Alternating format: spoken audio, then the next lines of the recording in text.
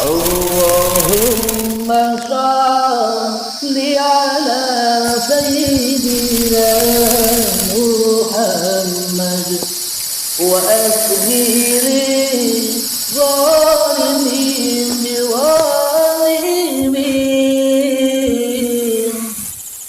وأخرجنا من بينهم سالمين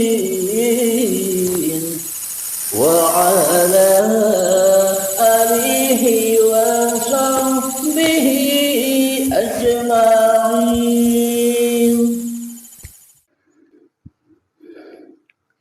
Assalamualaikum warahmatullahi wabarakatuh. Bismillahirrahmanirrahim. Ashhadu an la ilaha illallah wa ashhadu anna Muhammadar Rasulullah. Allahumma salli ala Sayyidina Muhammad wa ala ali Sayyidina Muhammad.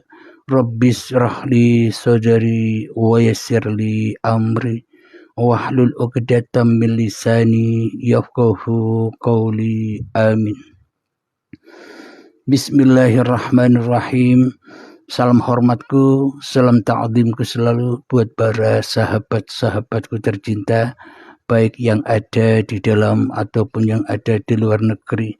Semoga kita semua senantiasa selalu di dalam limpahan lindungan Allah Subhanahu wa Ta'ala. Amin ya Rabbal Alamin. Marilah kita awali kajian di siang yang indah ini dengan menggemahkan kalimah-kalimah thayyibah yang ada di dalam nyawa, jiwa, hati, roh, dan kehidupan ini. Subhanallah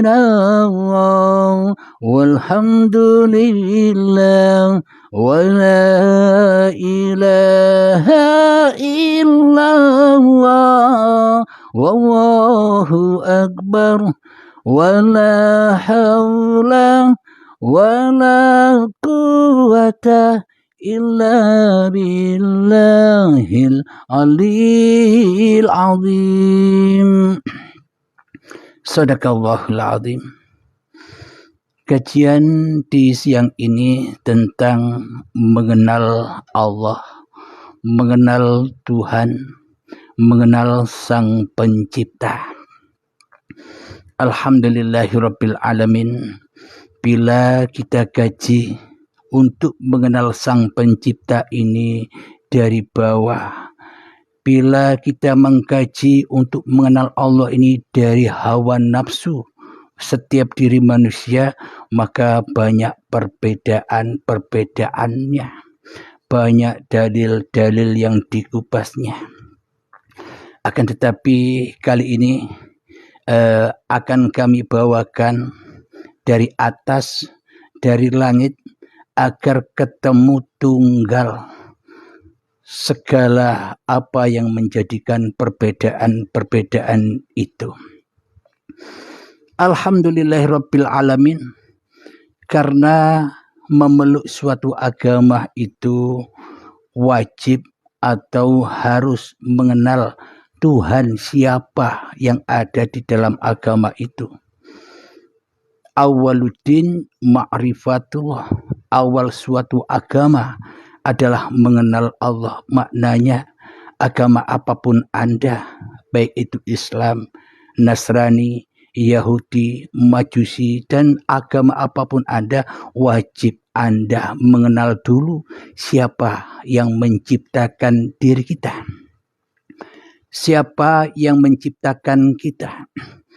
Bila kita tak mengenal Tuhan siapa yang menciptakan kita, maka gugurlah agama apapun yang Anda peluk, baik itu Islam, Nasrani, Kristen, Yahudi, Majusi, dan sebagainya.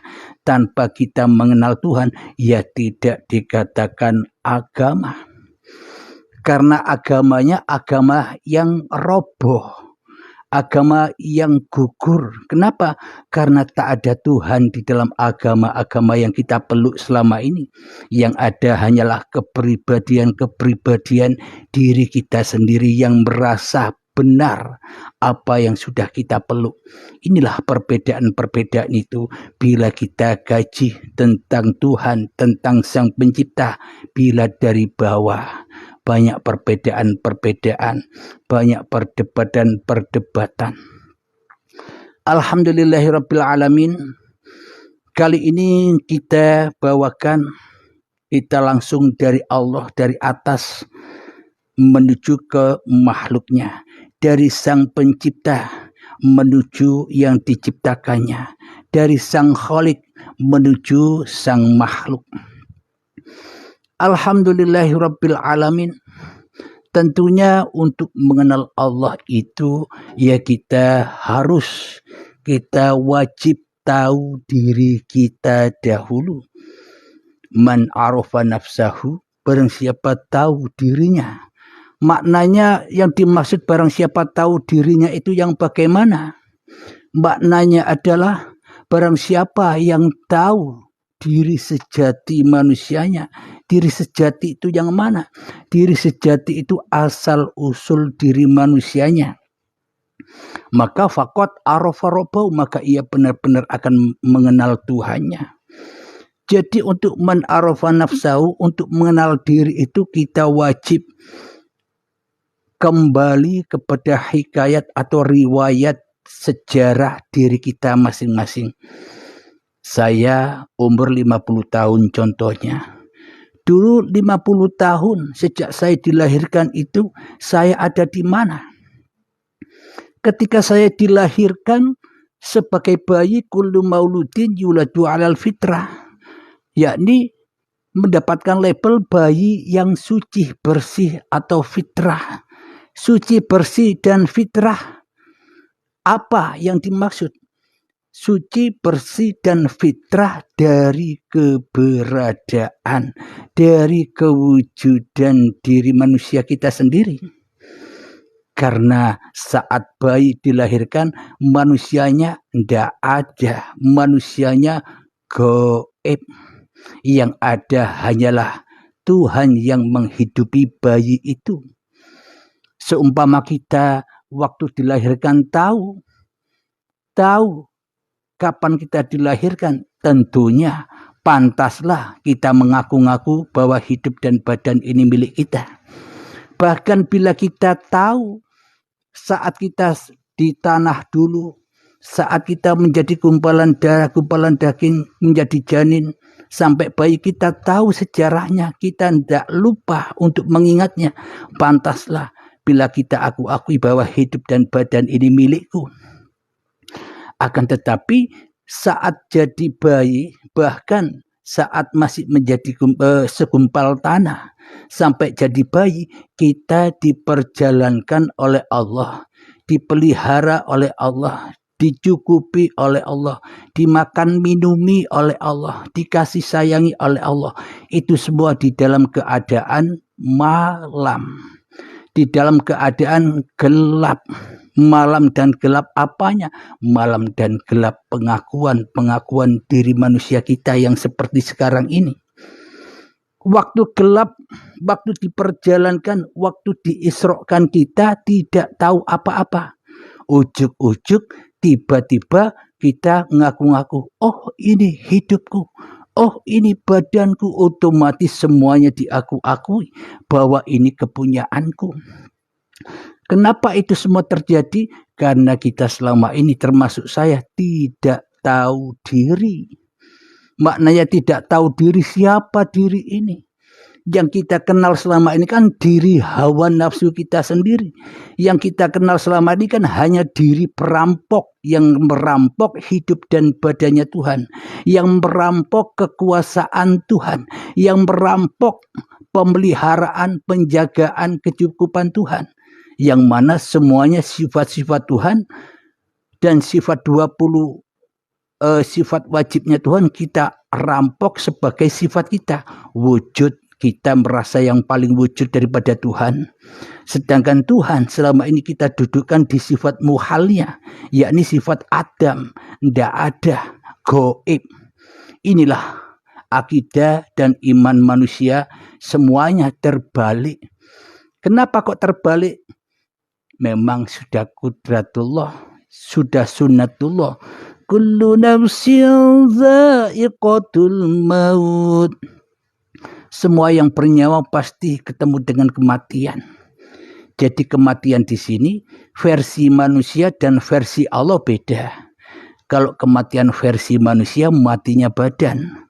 Tapi versi Allah kematian itu maknanya matinya jiwa, matinya hati, hatinya keras melebihi kerasnya batu. Meskipun badannya tidak mati tapi jiwanya mati. Pulangnya manusia kepada kolbun kafirin baitunas.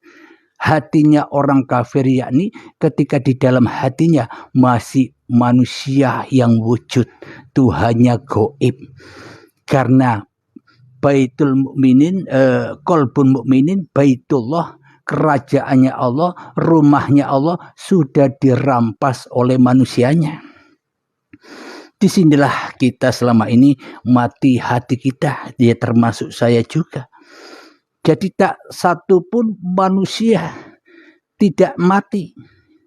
Semua manusia pasti mati di sisi Allah, mati menurut Allah, mati jiwanya.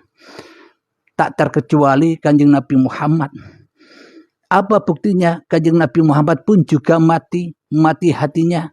Buktinya Kanjeng Nabi Muhammad mencari Tuhannya di Gua Hira 15 tahun lamanya di tiap malam. Itulah bukti tanda bahwa hati Nabi Muhammad pun juga mati.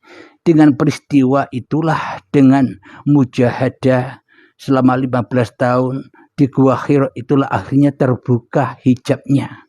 Akhirnya bangkit setelah datangnya kiamat. Kiamatnya apa? Kiamatnya Muhammadnya.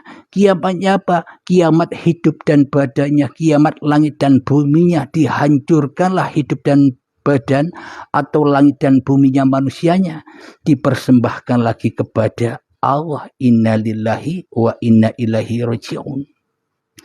Jadi memang kalau manusia belum ketemu kiamat, belum mengembalikan hak cipta, belum mengembalikan amanah-amanah bilah yang dipegangnya, maka manusia takkan pernah masuk ke dalam agama Allah, agama Islamnya Allah. Inna dina indallahil Islam, yakni ketika manusianya belum memasrahkan hidup dan badannya, maka selamanya manusianya masih ingkar dan kufur dari Tuhannya. Apapun agamanya. Akan tetapi apapun agamanya, bila manusia menyadari, menemukan Tuhan siapa yang menciptakan dirinya, maka ia selamat dari huru haranya agama-agama yang syariat ini. Karena sudah ketemu dengan agama yang sebenar-benarnya agama, yakni kembali kepada Sang Pencipta. Jadi bila manusia sudah menyadari bahwa dirinya itu tidak ada, yang ada hanya Allah, maka itulah agama Allah, yang wujud hanya Allah. Itulah yang dimaksud la ilaha illallah. Meskipun tak diucapkan, tapi hati merasakan itu, yang ada hanya Allah, maka hancur leburlah manusianya. Maka faqad arafa rabbahu, nyatalah Tuhannya. Alhamdulillahirabbil alamin. Ketika saat saya baru terlahir, kita semua baru terlahir, itulah hakikat sejati diri manusia kita. Meskipun secara syariatnya ada manusianya, ada bayinya, tapi hakikatnya kita belum ada. Karena kita di dunia ini hanyalah sebagai tamu-tamunya Allah. Sudah disiapkan Masjidil Haram dan Ka'bahnya. Sudah disiapkan badan dan hatinya. Tapi dilalah ketika manusia datang ke Baitullah, manusia merampas rumah Allah sebagai rumahnya. Inilah cikal bakalnya manusia menjadi golongan manusia yang jahiliyah.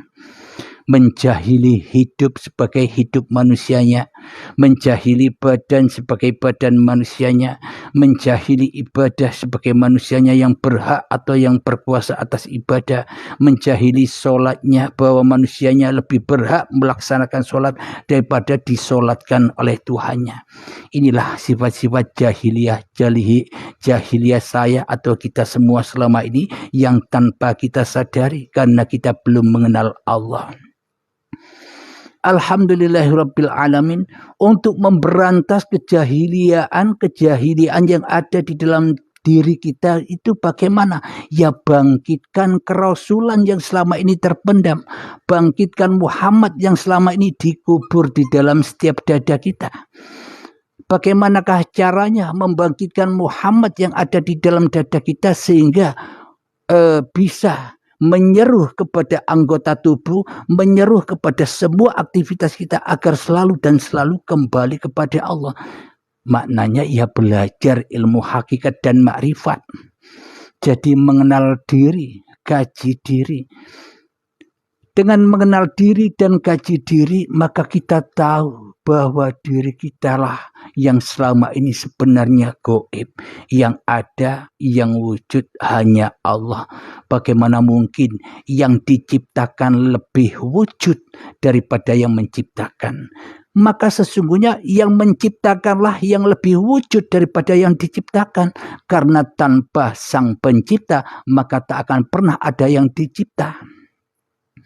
Jadi kesadaran inilah yang perlu kita fahami dan dalami, wahai seluruh umat manusia apapun agama kalian. Ini yang harus dipahami agar kita sampai kepada agama yang hak, agama rahmatan lil alamin. Kenapa ini bisa tersampaikan? Karena seluruh manusia sang penciptanya hanya satu. Tidak ada yang lain. Tuhannya sama, penciptanya sama. Siapakah dia? Allahu la ilaha illa huwal hayyul qayyum. Allah, tiada Tuhan yang berhak disembah. Dialah hidup yang kekal lagi terus menerus menghidupi segala ciptaannya. Jadi hidup yang selama ini kita aku sebagai hidup kita, inilah Tuhannya seluruh manusia. Tanpa hidup, manusia takkan terwujud. Tanpa hidup, manusia takkan pernah beraktivitas. Tanpa hidup, manusia takkan pernah memeluk agama-agama yang berbeda itu. Bila kita sudah tahu, hiduplah yang memerankan seluruh manusia, maka yang ada hanyalah enjoy saja. Alhamdulillahirabbil alamin. Semoga saya khususnya dan semoga kita semua para sahabat-sahabatku bisa memahami, bisa mendapatkan hidayah Allah, mendapatkan bimbingan Allah. Amin ya rabbal alamin. Sebelum kita akhiri, marilah kita gemakan sholawat talimin taf'ul bala sebelum kita adakan tanya jawab. Allahumma salli ala Sayyidina Muhammad wa asghiri zalimin bizalimin wa akhrijna min bainihim salimin wa ala alihi wa sahbihi ajma'in. Bismillahirrahmanirrahim. Allahumma ya qadiyal hajat, Allahumma ya mujibad da'awat, Allahumma ya rafi'ad darajat, Allahumma ya muhillal muskilat, Allahumma ya syafiyal amrat, Allahumma ya kafiyal muhimmat, Allahumma ya dafi'al baliyat, Allahumma khtim lana bil iman, Allahumma khtim lana bil islam. Rabbana atina fid dunya hasanah wa fil akhirati hasanah wa qina adzaban nar. Wa sallallahu ala sayyidina Muhammad wa ala alihi wa sahbihi wasallam walhamdulillahi rabbil alamin. Akhir kalam, assalamualaikum warahmatullahi wabarakatuh.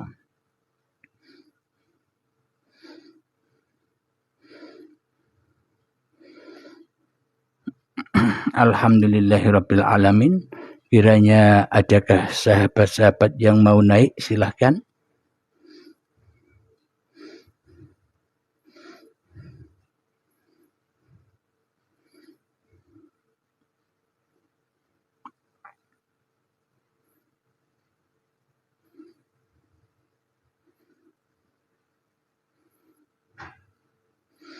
Alhamdulillahirabbil alamin. Bila tidak ada yang naik, berarti saya anggap para sahabat-sahabatku sudah paham.